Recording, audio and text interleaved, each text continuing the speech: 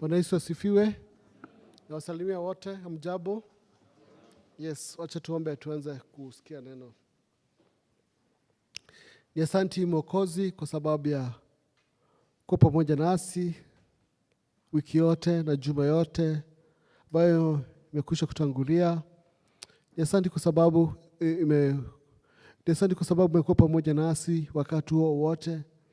Ni asante kwa sababu ya hata kutupatia Jumapili ingine siku ya leo.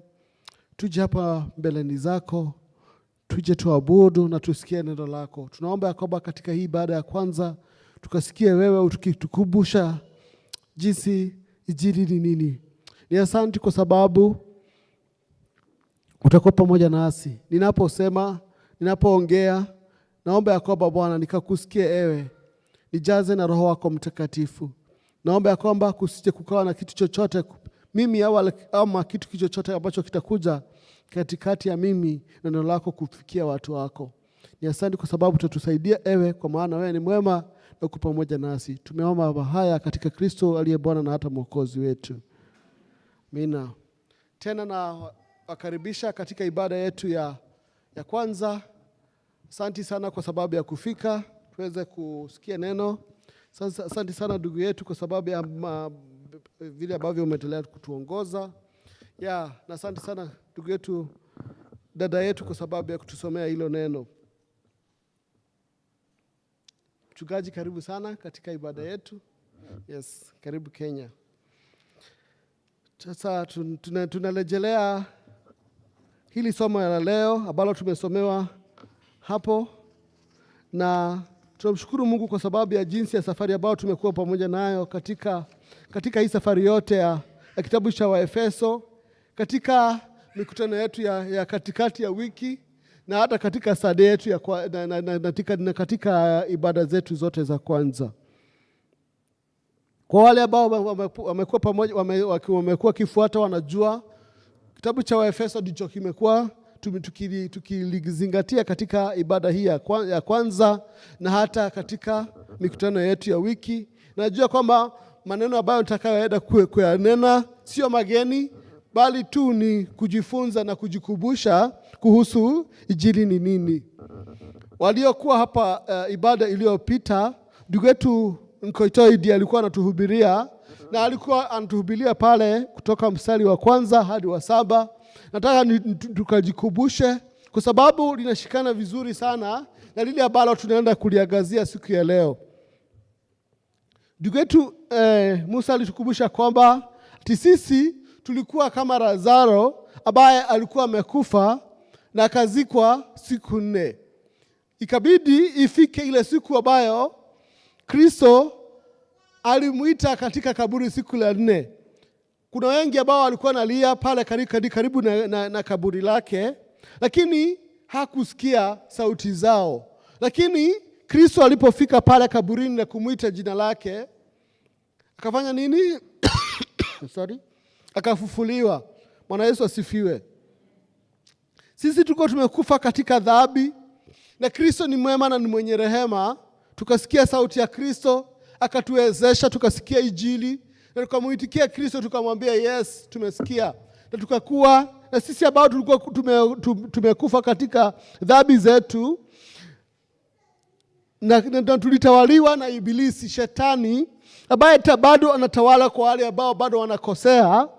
Sisi pia tuliishi katika Paulo anafunza, ama tulikuwa tunafunza kwamba sisi pia sote tuliishi katika hayo mambo zamani, tukitimiza tamaa zetu, tukifurahisha miili yetu, tukifanya mambo ambayo yanafanywa na watu ambao hawamjui Mungu. Lakini Mungu kwa sababu ya upendo wake mkuu, kwa sababu ya rehema yake kubwa, kwa sababu ya wema wake, sisi ambao tulikuwa tumekosea sana, Mungu alituonea rehema na akatuokoa. Bwana Yesu asifiwe. Pale mstari wa 6 inasema kwamba alitufufua pamoja na Kristo na kutuketisha pamoja naye katika ulimwengu wa roho katika Kristo Yesu. Hivyo ndivyo karama kuu ya Mungu ambayo tulipata. Bwana asifiwe. Hivyo ndivyo Mungu aliweza kututendea sisi ambao tulikuwa wakosaji, sisi ambao tulikuwa tumekufa katika dhambi, Kristo alitupenda.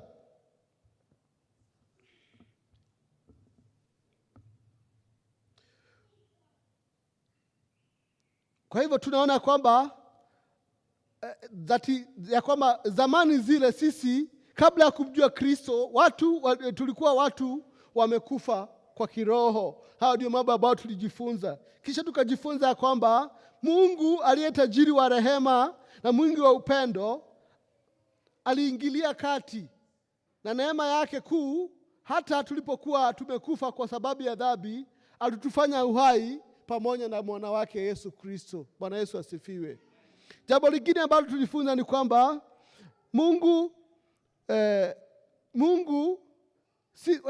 sisi ambao tumemwamini Kristo sasa tumefufuliwa pamoja na Kristo na tumeketishwa pamoja na Kristo katika ulimwengu wa mbinguni, kwamba katika enzi zijazo aoneshe utajiri wa neema yake kuu na wema wake kupitia Kristo. Hiyo ndio kusudi kubwa, jinsi ambavyo Kristo Yesu yeye mwenyewe aliweza kutufilia msalabani. Bwana Yesu asifiwe.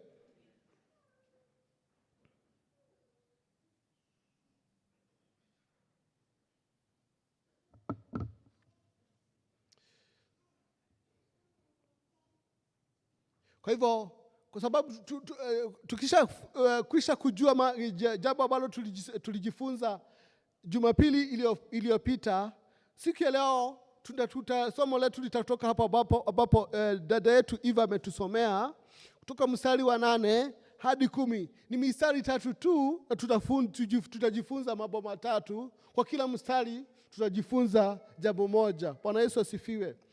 Tutajifunza ya kwamba ama tutajikumbusha, nimekwisha kusema ya kwamba hakuna neno geni ambalo nitaenda kulisema hapa. Kwa maana hili ni jambo ambalo tumekuwa tukijifunza tunapojifunza Injili hapa. Bwana Yesu asifiwe.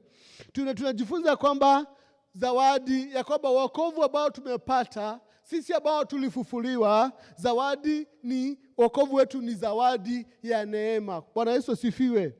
Kisha tutajifunza kwamba tutajikumbusha kwamba sio kwa matendo yetu ili mtu aje akafanya nini? Akajisifu. Na kisha tutajifunza kwamba tumeokolewa kwa kusudi fulani. Bwana Yesu asifiwe. Tutajifunza haya mambo ama tutajikumbusha haya mambo matatu. Na tutaanza na ile ya kwanza ambayo inasema ya kwamba zawadi, yaani wokovu ambao tuko nao ni zawadi ya Mungu. Bwana Yesu asifiwe. Na tutasoma pale ambapo tumesoma pale, kwa maana mmeokolewa kwa neema kupitia kwa imani, nao haikutokana na nyinyi wenyewe. Hii ni zawadi kutoka kwa Mungu. Bwana Yesu asifiwe. Zawadi ambayo tumepewa si kwa sababu ya kwamba, unajua mtu anapofanya kazi anagojea nini? Mshahara mwisho wa mwezi. Kisha mtu anapofanya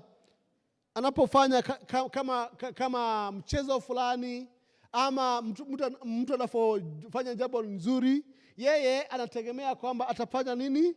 Atapewa zawadi. Lakini hii ya wokovu haifanani kabisa. Hakika tunaona kwamba wokovu kabisa ni kazi ya Mungu mwenyewe. Mahali ambapo tumejifunza kama ndugu Lazaro jinsi alivyokuwa mfu. Hakuna jambo angeweza kufanya ili aweze kufanya nini? Kujifufua. Ilibidi Kristo aje pale katika nini? Karibu na kaburi, aweze kufanya nini? Kufufuliwa. Hivyo ndivyo sisi ambao tulikuwa katika dhambi, tulikuwa tumekufa. Tulikuwa tumemsahau Mungu. Tulikuwa tumemjua Mungu kabisa. Tulikuwa mbali sana na yeye. Hata zile siku tuliposikia Injili ilipotukaribia. Kwa hivyo hii si kazi yetu.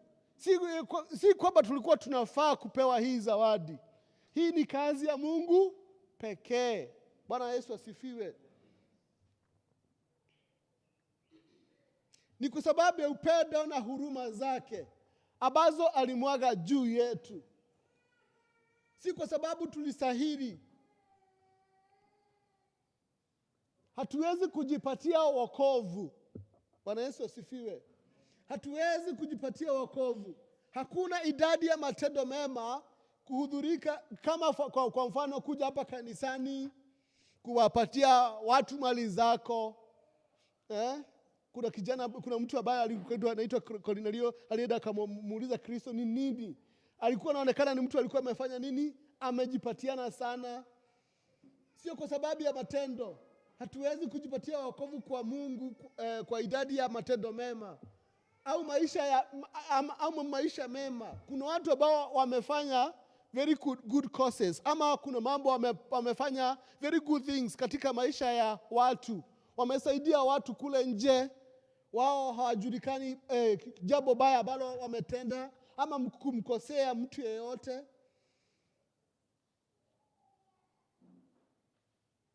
Biblia inatuonyesha vizuri ya kwamba haya mambo mema yote hayawezi kutufanya haki mbele ya Mungu. Bwana asifiwe. Kwa maana sisi tulizaliwa katika dhambi, na ile dhambi ikatuingiza katika kifo. Bwana Yesu asifiwe.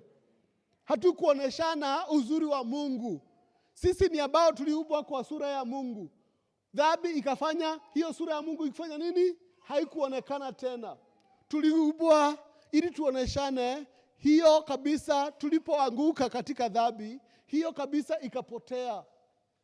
Hakuna jambo nzuri yoyote tungefanya tuweze kujisaidia.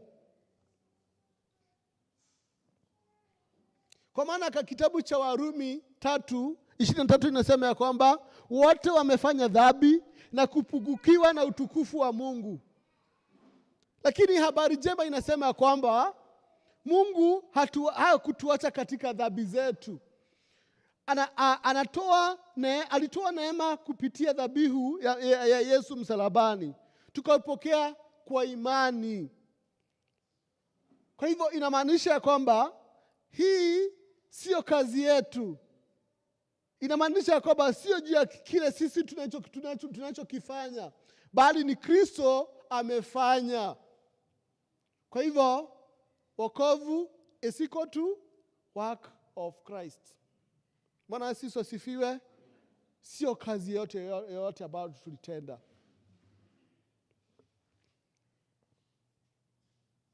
Twende hapo mstari wa 9 inasema nini? Inasema inaendelea tu kuendeleza jinsi ambavyo tunahubiriwa hapa, hili kanisa linafunzwa. Mstari wa 9 inasema ya kwamba sio kwa matendo, ili mtu asije akafanya nini? Akajisifu. Jambo ambalo Lazaro angelifanya mzuri sana ni kufanya nini? Ni kumsifu Mungu. Na hakika watu wale walisifu Kristo. Hata karamu ikaandaliwa ya kumshukuru Kristo. Kulikuwa na karamu pale. Kwa hivyo maisha yetu inafaa iwe ni kama karamu kwa Kristo. Kwa sababu sisi hatukuwa tunafaa kabisa kuokolewa. Sisi hatukuwa tunafaa kabisa kuonewa rehema. Sisi hatukuwa tunafaa kabisa kutendewa mema. Sisi ni wale ambao tulifaa kutupwa katika moto pamoja na Ibilisi. Sisi ambao tulitawaliwa na kufuata njia za Ibilisi na kujifurahisha sisi wenyewe. Tukasahau ya kwamba sio sisi mwenyewe tulijiumba. Lakini sasa Kristo ama Mungu kwa sababu ya rehema yake akamtoa Kristo mwana wake wa pekee tuokolewe sisi. Kwa hivyo hakuna jambo ya kufanya nini? Hakuna. This is not our doing. Sio kazi yoyote ambayo tulifanya. Kwa hivyo hakuna haja ya kufanya nini? Ya kujisifu. Hakuna haja ya kujisifu. Kwa sababu hii ni zawadi. Kwa mfano, usikie kwamba kuna watu walikuwa wanafanya nini? Wanakimbia marathon. Kisha wewe ukakuwa wewe ndio wa mwisho.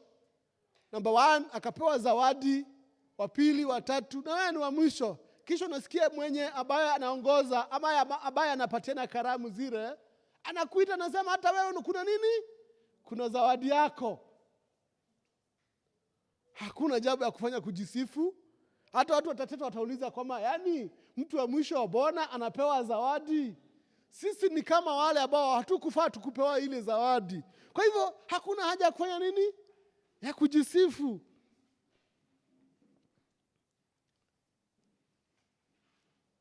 Tukijaribiwa, hakuna jambo ya kujipiga kifua sisi kujipiga kifua sisi wenyewe. Hakuna mtu yeyote akisema kwamba angalia mimi vile mimi ni mzuri. Mimi nilikuwa mzuri sana ndio maana Kristo kafanya nini? Alinipenda. Sasa zingine inafanya mpaka tunaona kwamba ni kwa sababu ya kabila letu. Maybe ni watu wa kabila letu ambao Mungu anawapenda sana. Hata unaweza nisikia watu wengine hapa Kenya wanajiita wao ndio Waisraeli wa Kenya. Amsho umesikia watu wakisema hivyo. Amsho umesikia hiyo huko nje watu wakisema ya kwamba kabila lao ndio Mungu amechagua. Kabila lao ndio Israeli ya Kenya. Hakuna kitu kama kile. Hakuna jambo ya kujigamba kwa sababu ya kabila. Hakuna. Kabila zetu haziwezi kutuokoa. Majina yetu hayawezi kutuokoa. Hata mahali ambapo tulitoka haiwezi kutusaidia. Bwana Yesu asifiwe. Wokovu ni kazi ya Mungu. Bwana Yesu asifiwe. Sisi tulikuwa tumekufa, lakini Kristo akafanya nini? Akatuonea rehema, akatuokoa. Akatufanya pamoja na yeye. Akatuketisha mahali ambapo hatukufaa kuketi. Hata kama tulikuwa tunajifunza sana iliyopita katika kitabu cha Warumi, kwa kweli tunapitia mambo yanayotupiga. Lakini kuna mambo mazuri ambayo yametupangwa. Kila kitu kinafanyika kwa sababu ya wema. Hata kama tunapitia mambo magumu ama kupitia wakati mgumu katika maisha yetu, Injili hata leo inatukumbusha kwamba Kristo ametuketisha na yeye. Tumeketi pamoja na Kristo mahali ambapo hatukuwa tunafaa. Bwana Yesu asifiwe.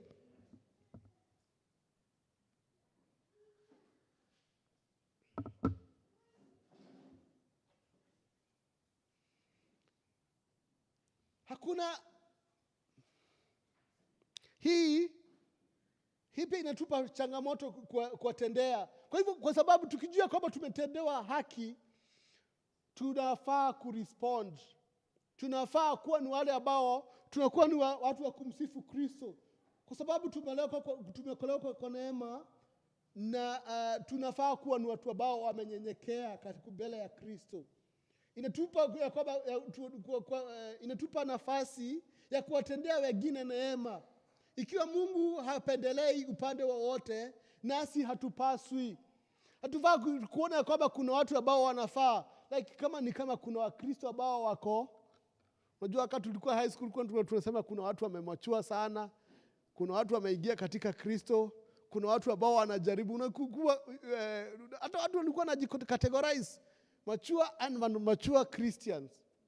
Hakika huo ni upuzi. Hakuna ambaye ako juu ya mwingine. There are no special Christians. Wote ni kazi ya nani? Ni kazi ya Mungu. Hakuna special Christians. Hakuna. Anayepamba mtu anayeona ama mtu yaona kwamba yeye ni mtakatifu sana, au anayepambana na dhambi, analindwa na Mungu, kwa sababu hata ni Mungu anatusaidia kupambana na dhambi. Kazi yetu ni kumudu kwa neema ambayo tulipokea. Bwana Yesu asifiwe. Kwa nini Mungu alifanya hayo yote? Alifanya yote kwa sababu ya jinsi ambavyo amesema katika mstari wa 10. Biblia inasema mstari wa 10 inasema ya kwamba kwa maana sisi ni kazi ya mikono ya Mungu, tumeumbwa katika Kristo kwa ajili ya matendo mema ambayo Mungu aliyatayarisha tangu awali tuyatende. Bwana Yesu asifiwe. Nakumbusha wakati mmoja kuna mtu ambaye alikuwa anasumbuliwa na mashetani kama sisi ambao tulifuata mashetani. Alipokuwa salama, alipokuwa ameponywa na Kristo, ule mtu alimwomba Yesu Yesu akamwambia kwamba usirudie ile dhambi, ili jambo baya kama lile lifanye nini? Likupate tena. Kwa hivyo anaambiwa nini? Kristo alikuwa anamwambia nini yule mtu? Tafadhali, ni hapa, ni mimi nahubiri. Achaneni na watoto. Watoto ni wazuri. Yes. Nasema ya kwamba Kristo yeye alitukufia kwa sababu, na akamwambia ile mtu ya kwamba usije ukarudi katika dhambi, ili mambo mabaya ukafanya nini? Yakakutendekea wewe. Kwa hivyo akamwambia kwamba enda ukatende mema. Na hakika Kristo aliwaponya wengi, na wengine akawafufua wengine, akamwambia kwamba enda ukatende mema. Kwa hivyo, kwa sababu tumeonewa rehema, kwa sababu Mungu amefanya jambo mzuri kwetu, si kwa sababu ya yale matendo, lakini tunafaa kujibu kwa yale matendo.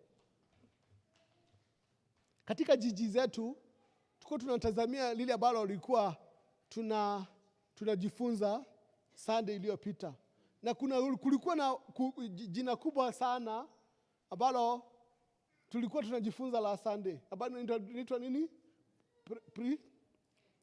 Predestination kwa kimombo. Yaani wale ambao Kristo aliwaokoa, aliwachagua pale zamani.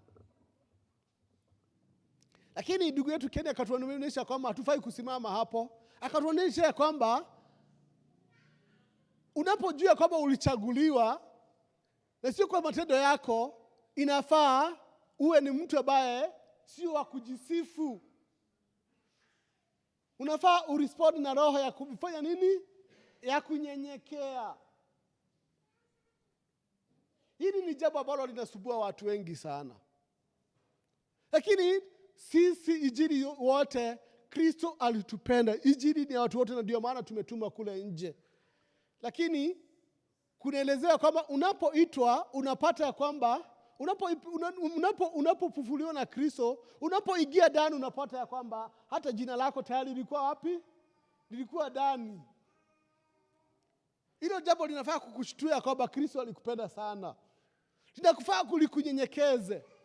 Linafaa ujawe na roho ya kusifu na kumtukuza Mungu sana. Kwa hivyo, kwa sababu tumeokolewa kwa haya mambo yote, Mungu alikuwa na kusudi. Na ndio maana anasema pale, na kusudi lake ni gani? Anasema kwamba tumeumbwa katika Kristo kwa ajili ya matendo mema.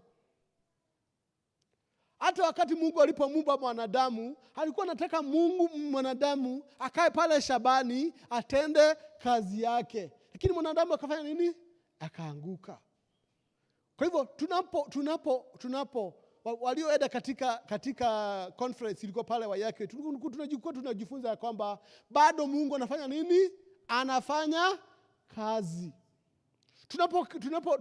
Tunapookolewa tunaingizwa katika kazi ya Mungu. Kwa hivyo, kwa sababu tumeokolewa, matunda ya kazi ya matendo mema inafaa kufanya nini? Kuwa wazi. Inafaa kudhihirika. Inafaa kuonekana katika maisha yetu.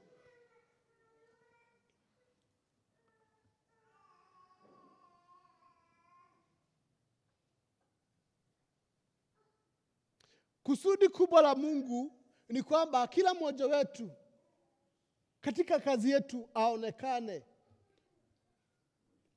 Hata kama tukuokolewa kwa matendo mema, tumeokolewa tuatende matendo mema.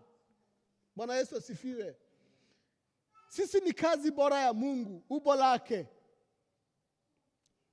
Tuliumbwa kwa uangalifu na kusudi.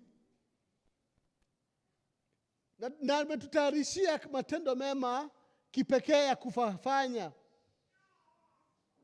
Kwa mfano, tunafaa kuonesha upendo kwa wale wengine, kwa maana tumependwa sana. Tunafaa kuwa wale ambao wanahudumia wale wengine. Tunafaa kuwa wale ambao tunatii. Watu ambao wanatenda mambo mabaya pale nje, tumeambiwa tu kwamba ni vizuri kuheshimu sheria, kuheshimu serikali, kuheshimu viongozi. Sisi ni wale ambao tunafanya vile. Maisha yetu inaonyeshana kwamba jinsi ambavyo tunaishi katika community, sisi ni ambao tunafanya nini? Sisi tu waongofu. Ama sisi ni ambao ni tumeteuliwa. Kuna neno, sisi ni ambao walokole. Kuna wanasema wanaitwa walokole, ama sisi ni watu ambao tumeokolewa. Watanzania wanapenda kutumia walokole, sababu ni kitu kama kile. Sisi ni walokole. Sisi ni ambao tumeokolewa, tumezaliwa upya, tumefanywa upya katika Kristo, tuoneshane ya kwamba matendo mema. Hii inamaanisha maisha yao sio na bahati nasibu. Wewe Mungu alikuchagua, alikupenda.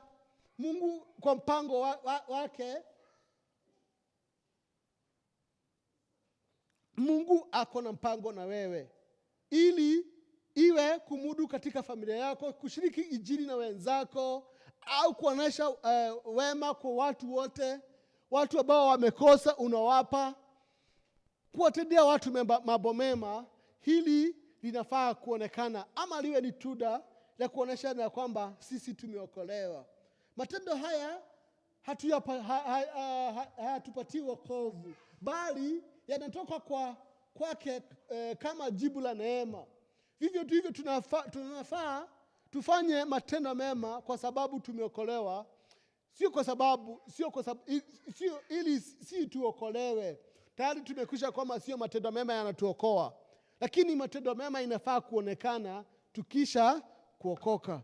Najua nimesema hayo sana, lakini hili nilisema kwamba hakuna jambo geni na nililosema siku ya leo. Ni kujifunza, ni kujikumbusha, tunajikumbusha. Kwa hivyo nikihitimisha somo letu la leo, ni jambo gani tumejifunza leo? Tumejifunza ya kwamba hakuna yeyote afaa kuwa na kiburi machoni pa Mungu.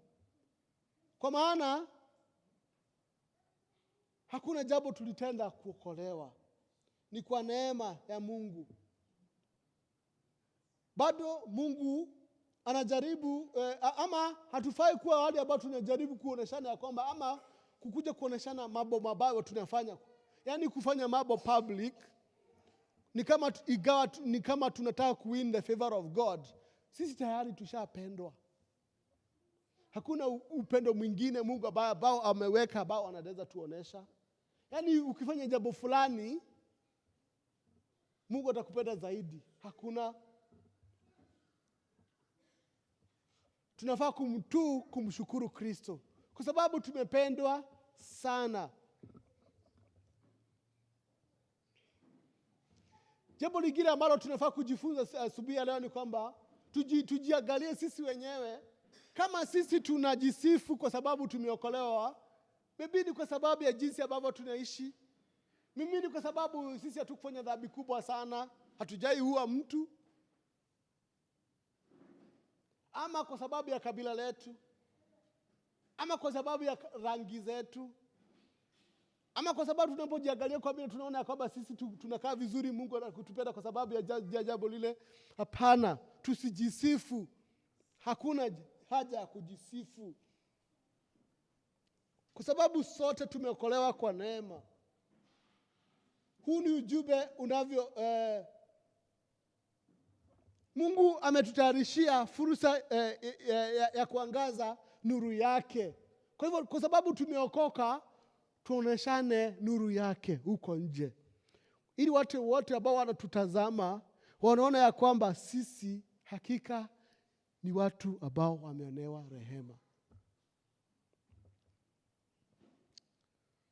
Tuoneshe matendo mema aliyotutayarishia kuyafanya.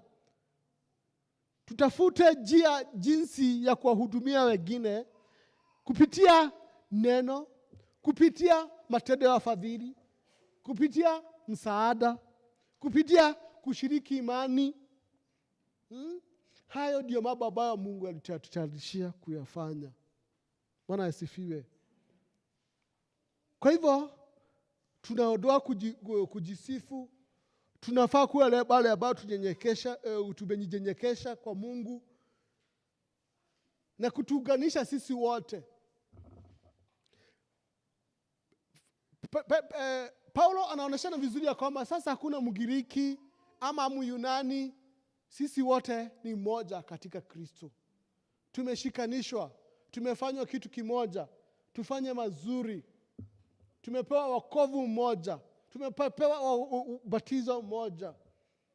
Kwa hivyo tunafaa kuishi tukifanya matendo mema ambayo Mungu alitutayarishia kwa sababu sisi ni kazi ya mikono yake. Tunapoishi katika maisha yetu, tunafaa kupumzika katika neema ya Mungu. Tukatae kiburi na tuingie kwa ujasiri kwa matendo mema ambayo Mungu ametutayarishia. Kwa hivyo, ukisahau na mambo yote ambayo nimesema ya siku ya leo, kumbuka jambo hili tu ninapoenda kuketi. Neema ndio imetuokoa.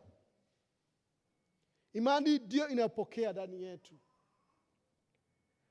Na matendo mema ndio matokeo ambayo yanaonyesha kwamba sisi tumeokolewa. Mungu na wabariki sana.